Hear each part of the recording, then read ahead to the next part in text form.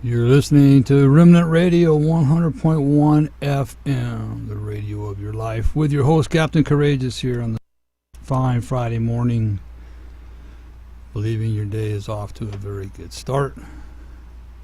It is a beautiful morning here in the Coachella Valley.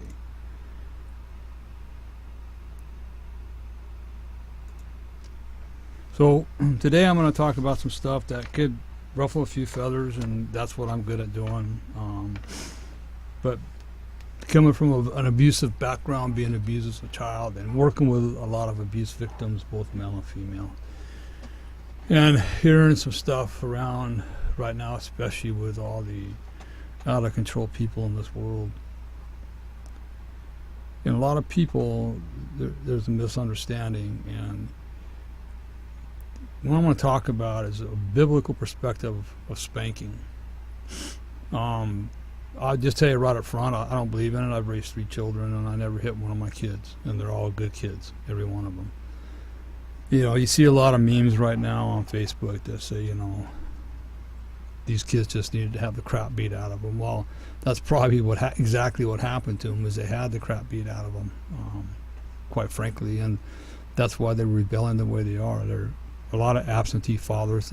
Let's just talk real right now. There's a lot of absentee fathers in the world today, and you know what happens is with the spankings is that oftentimes it's at a point of frustration of the parent. They don't know what to do with their child, and it's no fault to the to the parents of today, because this has been a problem throughout the ages. And in the Bible, you know, in my family, the Bible was used to justify the beatings that I got, and I'm going to go over some of that today. And you know, one of the things it's what I research a lot, and I found some stuff by Thomas Holler and Chick Mormon, an article they wrote. So I'm going to glean a lot from that today. They're both pastors, and when I got into recovery, I wanted to find out what the Bible had to say about the abuse of children, about the spanking of children, so on and so forth. So I'm just hoping. Remember, this is my belief. Okay, I feel very strongly about this. I've helped lots and lots of people, and they feel very, very much the same way. You know, I can remember talking to a guy one day in a treatment facility. He says, well, my dad beat me and I'm fine. I says, you want to rethink that? You just got out of a 2-year stint in prison, and now you're in a drug rehab facility. You want to tell me how you're okay again? And what I tell a lot of these parents, and whether it's a physical or emotional beating, just put yourself in your place when that happened to you as a child. How did it make you feel? And they generally will all sink in their seat. And they go, wow. I go, yeah, so is that how you want your child to feel? So, you know, and what these guys did is they wrote a book called "This Is Going to Hurt Me More Than It Is Going to Hurt You." It was in an article, is what it was, and they challenged all the readers to examine a widely accepted view on spanking from different perspectives. And it is a very widely accepted view of spanking. And then what they found is that several email comments from readers who feel that the Bible strongly supports spanking and the use of corporal punishment as a necessary part of raising children. And right off the bat, what I can say is that what I know, and I'm no theologian, I'm still on my learning journey, but the Bible is the Bible, the Word is the Word, is that a lot of that comes, the rod and the staff, and we're going to go into the rod and the staff because it's not what people think it is in the Old Testament. And in fact, when Jesus came along, he wiped out a lot of the Old Testament and started changing the way to think. And I always challenge people, and I always challenge people to show me in the Bible where Jesus spanked kids and hit kids, and I'll rethink my thinking. Nobody's been able to do that yet. And it's good that, you know, people can voice their opinions, and I think that's how it should be. Everybody should voice their opinions, But I think what happens a lot in this world, especially right now, is, as you can see everywhere you go, is that if you voice your opinion and it doesn't match the other person's opinion, it's World War III. And I think I've said this on the show before, is that I don't always agree with everybody. I don't. I mean, we're two different people, two different minds, two different mindsets, two different thought patterns. But what I always try to do is walk away from the conversation going, I never thought about it that way. Maybe I'll find something different. Maybe, I'll walk away and say, I got to think about that. And oftentimes when I walk away and think about it, I'll find something that will actually support what the other person is saying, and it will change my mind. But it's got to be definitive. What happens is that Christian parents, they often seek the Bible in their effort to raise godly children, which is good, as we should. We absolutely should. But a lot of them think that the Bible mandates to spank, and they fear that if they don't spank, that they're going to be sinning. And in fact, I'll go over some scriptures later on that will tell you just the opposite. That says if you cause a little one to harm, the consequences aren't good. The belief that God commanded them to spank, and what they do is they take spare the rod and spoil the child. They take it literally. But it's a big misunderstanding of the rod, and that's what my mother and my stepfather and mother did. They use that scripture all the time, and it's not what it says. I'll say that right off the bat. You might hear me say it again in this show this morning, that we know that God is or God isn't. There's no in between. I think a lot of us can agree with that, especially if we're born again Christians. And maybe some of us are still struggling with that, and that's okay. It's God's a gentleman, and He's not going to condemn you for not thinking that way. But if God is everything or God is nothing, then the Bible's everything or it's nothing, because the Bible is God's word. In the Psalms 23, it says, "Thy rod and thy staff, they comfort me." What is it? It can't be both. It's either or. Thy rod and thy staff, they comfort me.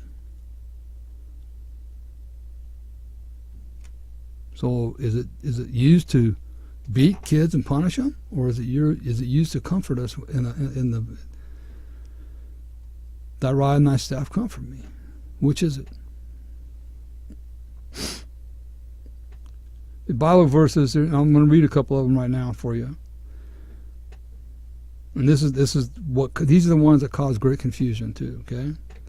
He who spares the rod hates his son. Really. But he who loves him is careful to there's the key word, discipline. Discipline him. John Lee says it best. He says, discipline, I want you to hear this. Discipline or punishment is after the fact. Punishment is after the fact. In other words, they've already done the fact. They haven't had no guidance. They messed up. They broke a window. They stole it. Whatever it was, the punishment comes after the fact. Discipline is before the fact and teaches healthy choice making, and that's by John Lee. He's a great psychologist in the men's world, and he does a lot on shame and a lot on anger. He's phenomenal. Punishments after the fact, punishments before the fact, disciplines after the fact, and teaches healthy choice making. So discipline is not hitting your kid. Discipline comes before, and there's ways to do it. There's ways to teach your children discipline. If folly is bound, and that was Proverbs 13:24. If Proverbs 22:15, folly is bound in the heart of a child, but the rod of discipline will drive it far from him. But the rod of discipline will drive it far from him. There it is, the rod again. We'll talk about that rod a little bit.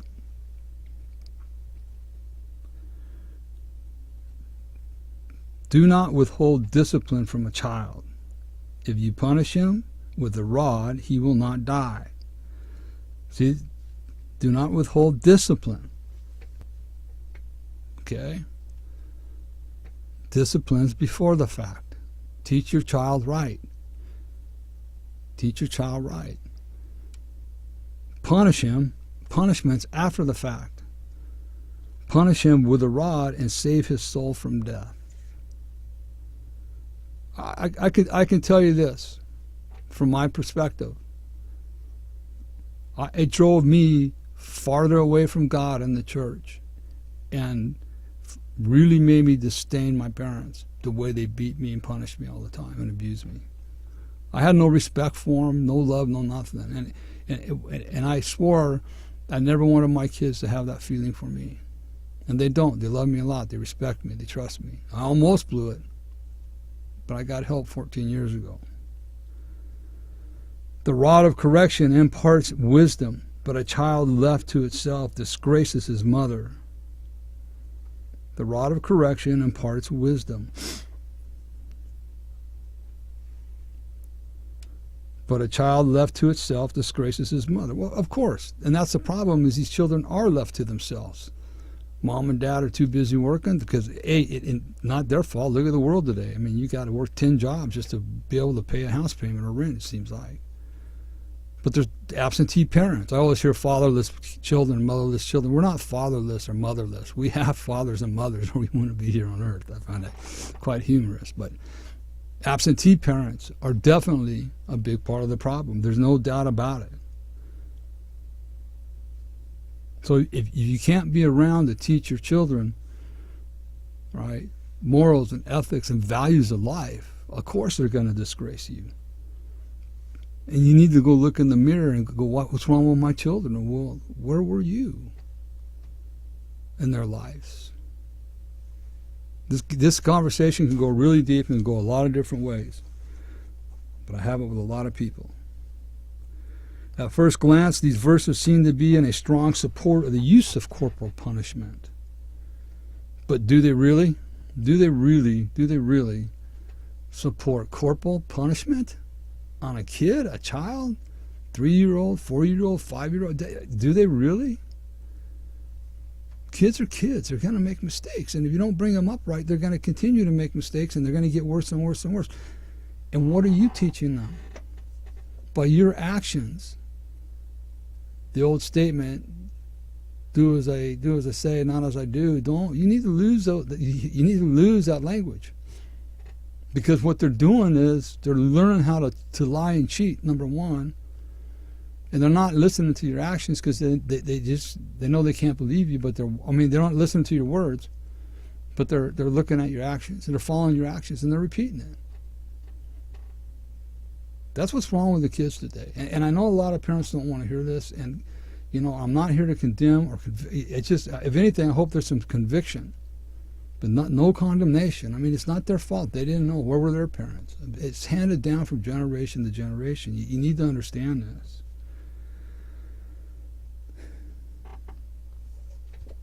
Through a closer examination of the Hebrew word rod, which is shebet, one can see that the Hebrew dictionary, it has various meanings.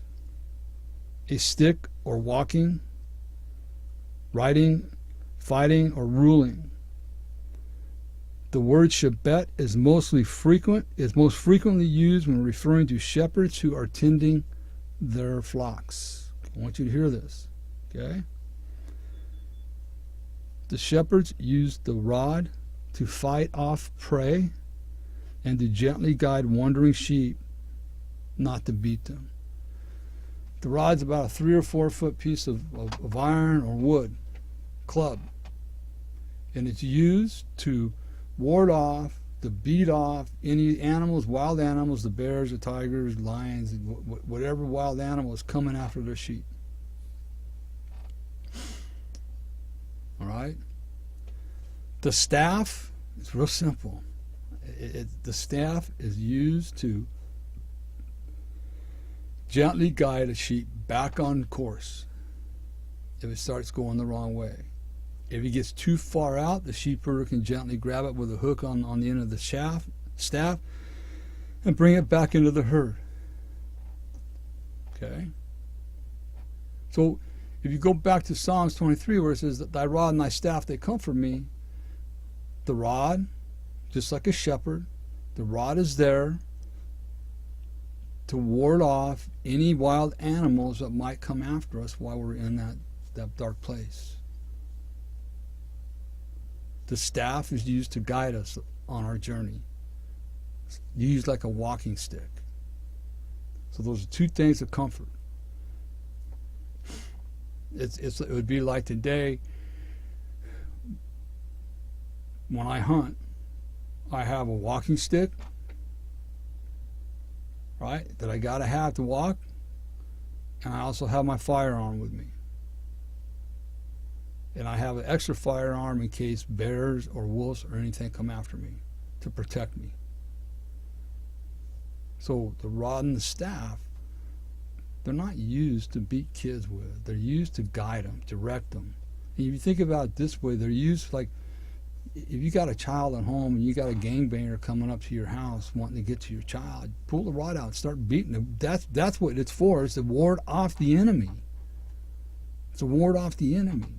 And the staff is to guide your child down the right path. Children are going to make mistakes. Children are going to trip. And when children trip, I look at it this way. It's a real simple example that I use. Let's say your son or daughter, they got a test coming up and they study hard. You know they're studying. You see them every night. They're asking you questions, and they're studying really hard for this test.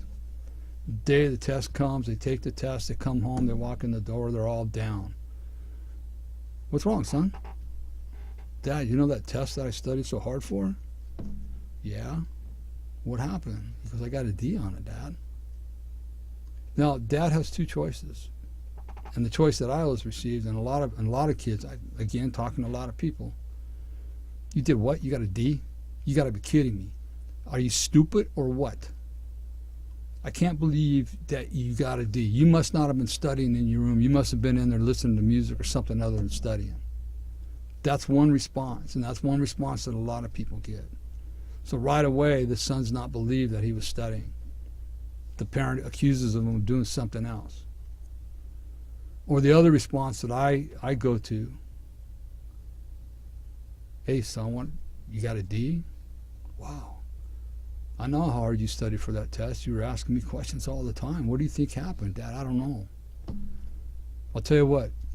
Let's have some dinner and then we'll talk about it. And the next time you have a test coming up, let's sit and we'll do a little more studying and we'll try to figure out what we can do to get that grade up to a C. I'm not worried about getting an A right now. Let's just get it up to a C. I don't want to put that kind of pressure on you. I would say 99% of the people I talk to and use that example, none of them have the second one. It's always being put down and kicked. I know when I was making mistakes that when I was down, I always knew I was wrong and I was already feeling shameful. I didn't need to be kicked anymore when I was down. So we have to build our kids up. They're going to make mistakes. Let them fall. That's part of life. And so many kids become perfectionists. I deal with them all the time. These men, they're so, and they get to a point to where they're lost. They can't figure out what to do. And it's because they've been driven so hard by their parents to be perfect all the time. They can't make a mistake. Their voices aren't heard. We have to allow our children to have a voice.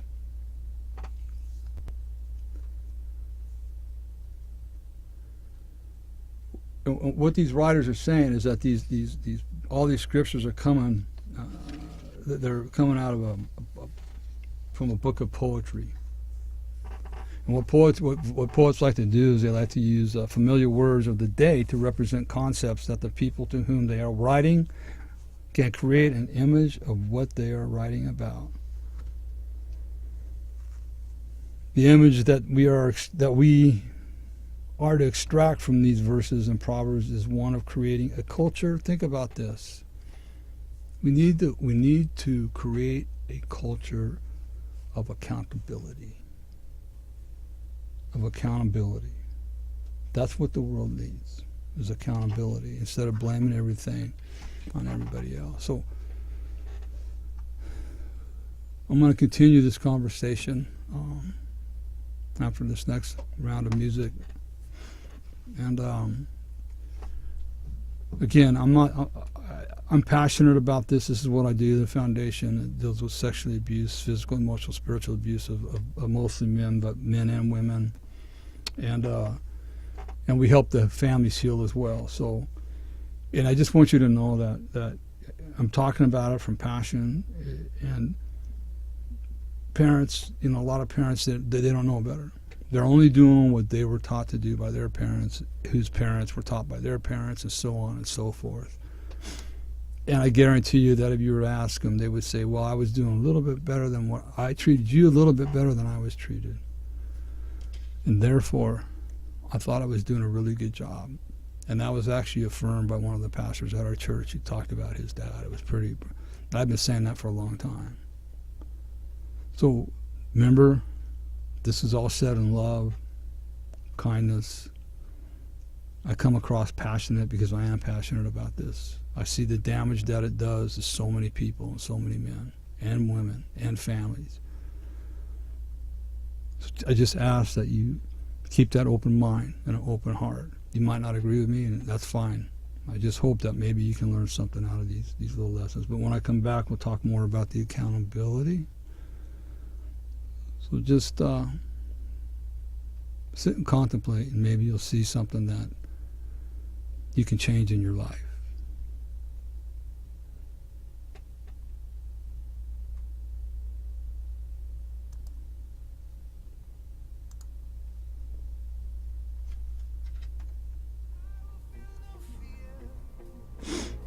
I won't pretend that we can control the night.